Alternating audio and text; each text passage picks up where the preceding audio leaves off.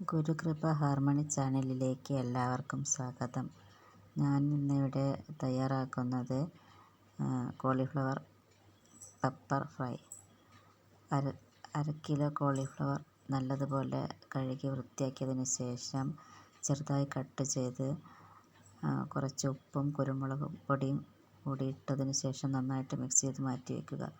ഒരു 10 മിനിറ്റ് വയ്ക്കണം. അതിന് ശേഷം ഒരു ചീനച്ചട്ടിയിൽ കുറച്ച് വെളിച്ചെണ്ണ ഒഴിച്ച് ഈ കോളിഫ്ലവർ അതിൽ നന്നായിട്ട് ഫ്രൈ ചെയ്ത് മാറ്റി വെക്കുക.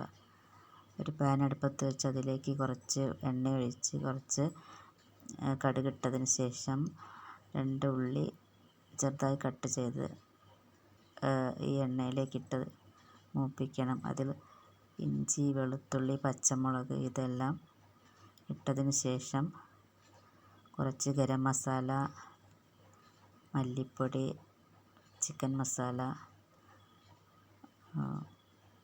കുറച്ച് ഉപ്പ്, കുറച്ച് കുരുമുളക് പൊടി ഇതെല്ലാം ഇട്ടതിന് ശേഷം നല്ലതുപോലെ വഴറ്റി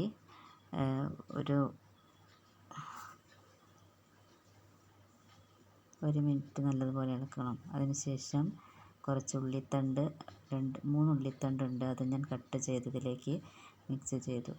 ഒരു തക്കാളി ഇട്ടു. കറിവേപ്പില,